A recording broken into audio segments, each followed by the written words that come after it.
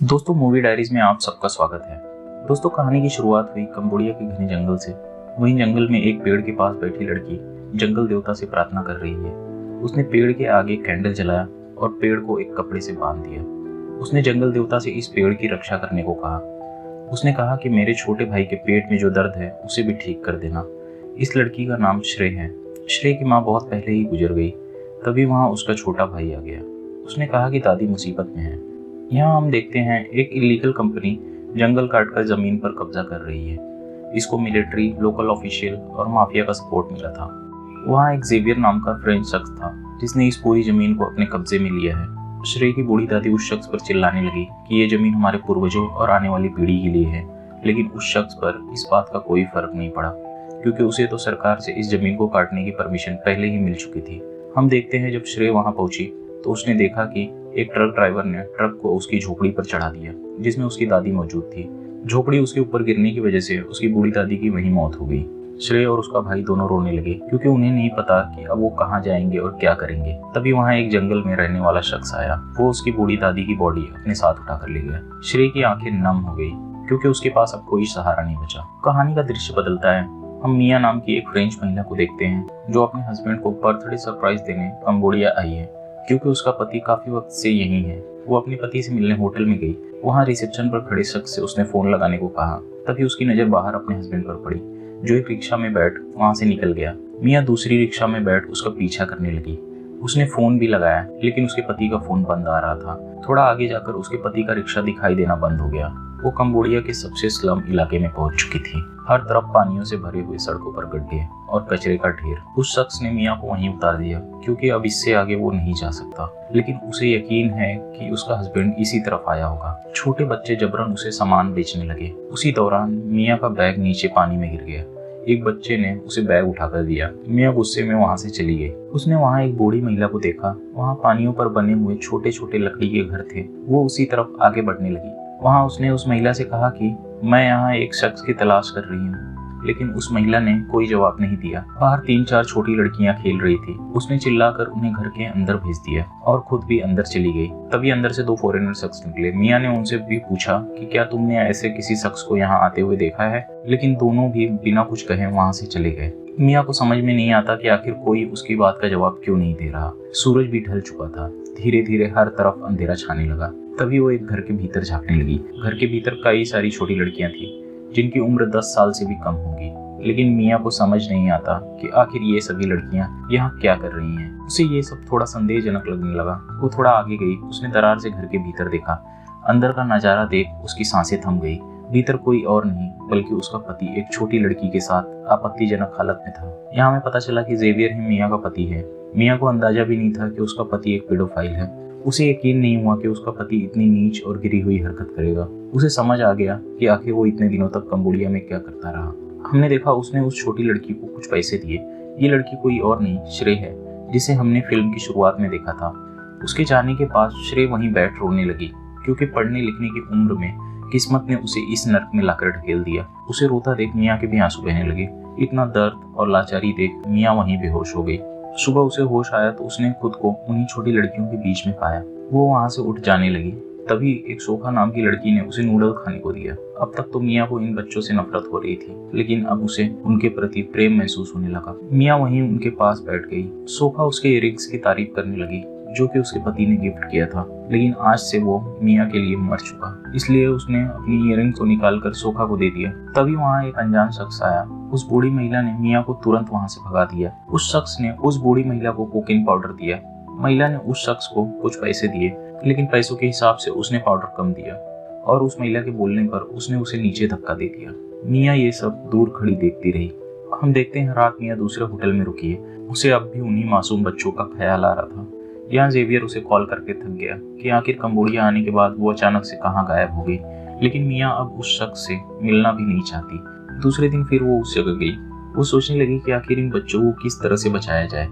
मिया उस बूढ़ी महिला के पास फिर से गई। कहीं उसे मिया पर शक न हो जाए, इसलिए उसने उससे कोकीन पाउडर खरीद लिया और बूढ़ी महिला को पैसे दे दिए। यहाँ उसने देखा कि श्रेय घर से बाहर निकल कर कहीं जा रही है। वहाँ से वो अपने भाई किरी के पास गई, जो पास के सैलून में साफ सफाई का काम करता है। यहाँ हम उसी शख्स को देखते हैं जिसने दोनों को लाकर इस नर्क में ढकेल दिया। किरी के पेट का दर्द अब भी ठीक नहीं हुआ। उसने अपने छोटे भाई की दवाइयाँ उस शख्स को दे दी। किरी अपनी मासूम नजरों के साथ अपनी बहन की तरफ देखता रहा कि उसे इस जगह और नहीं रहना, लेकिन श्रेय भी मजबूर है।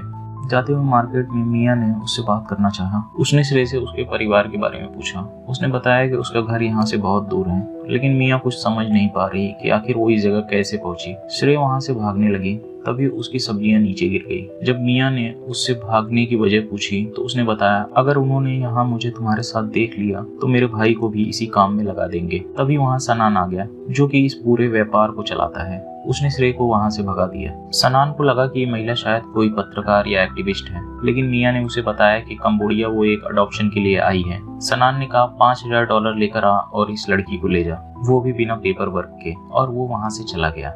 यहाँ मिया ने सोचा कि बेकार में वो इस मसले में पड़ रही है। वो कल ही सुबह की फ्लाइट से फ्रांस वापस लौट जाएगी, लेकिन उन बच्चों का ख्याल उसके मन से नहीं जा रहा। वो फिर से सनान के पास गई। वहाँ श्रेय ने मिया से धीमी आवाज में कहा कि मुझे और मेरे भाई दोनों को यहाँ से ले चलो। मिया ने सनान से कहा कि कल वो इस लड़की को और इसके भाई को यहाँ से लेकर जाएगी और सिर्फ आधे पैसे ही देगी। इतना कहकर मिया वहाँ से चली गई। सनान ये सुनते ही गुस्से में आ गया। हम देखते हैं उसने कुछ पैसे अकाउंट से निकाले, अपना कैमरा और अपनी ज्वेलरी भी बेच दिए। उसके बाद वो सनान के पास गई, लेकिन सारे पैसे मिलाकर भी सिर्फ $1200 ही हुए।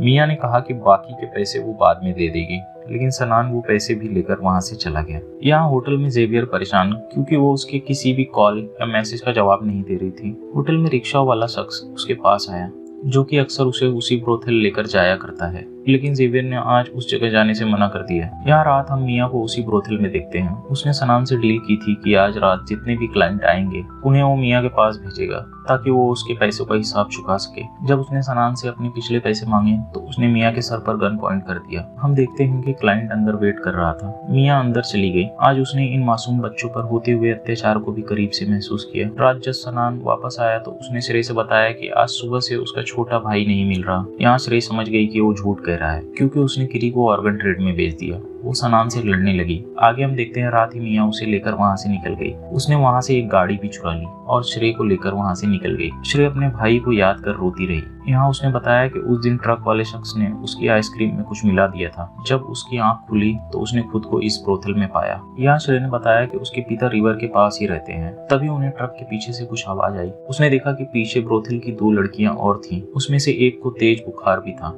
यहाँ श्रेय ने बताया अगर वो इसे हॉस्पिटल ले गई तो वो फिर से उसे इस ब्रोथल में भेज देंगे, क्योंकि सब मिले हुए होते हैं।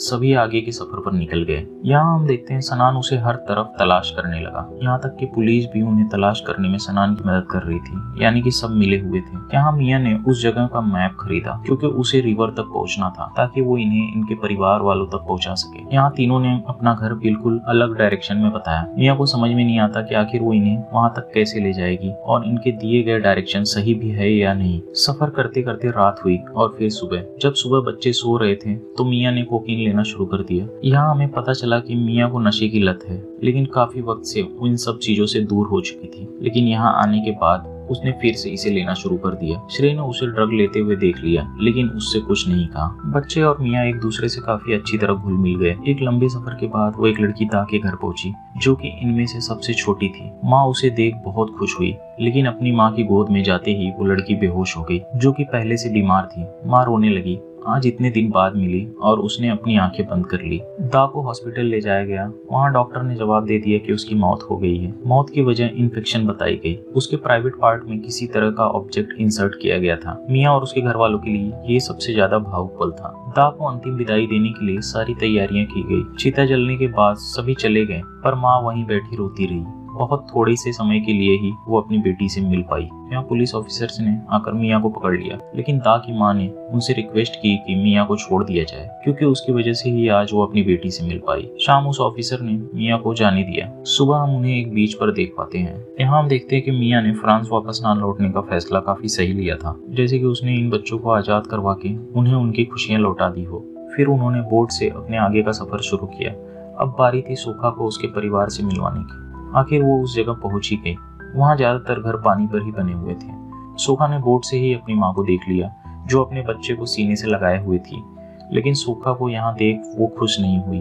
उलट वो उस पर नाराज हो गई और कहने लगी कि वो वापस उसी जगह लौट जाए जहाँ से वो आई है, क्योंकि उसका यहाँ होना इस परिवार के लिए बुरी किस्मत ले आएगा और अगर गांव वालों ने उसे यहाँ देख लिया तो उसके परिवार को भी गांव से निकाल देंगे।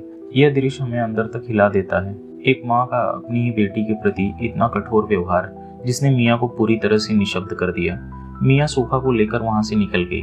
माँ को घर के भीतर हम रोता हुआ देख पाते हैं, लेकिन समझ नहीं आता कि आखिर ऐसी क्या मजबूरी रही होगी जहाँ ममता की जगह समाज ने ले ली। दूसरे दिन एक बुरे सपने से श्रेय की नींद खुल गई। यहाँ श्रेय ने उससे पूछा कि आखिर तुमने हमें इस जगह से क्यों बचाया। मियाँ ने बताया कि क्योंकि उसका हस्बैंड श्रेय का क्लाइंट था। श्रेय गुस्से से वहाँ से जाने लगी क्योंकि मियाँ ने उससे झूठ कहा था कि उसका पति मर चुका है। अब श्रेय को उससे नफरत सी होने लगी। तभी मियाँ ने दूर से कुछ पुलिस ऑफिसर को आते हुए देखा। उसके बाद वो दोनों को लेकर वहाँ से भाग गई। उन्हें कुछ पता नहीं कि आखिर ये सफर कहाँ जाकर खत्म होगा। क्या जिंदगी पहले की तरह बेहतर हो पाएगी या उससे भी बदतर होकर रह जाएगी।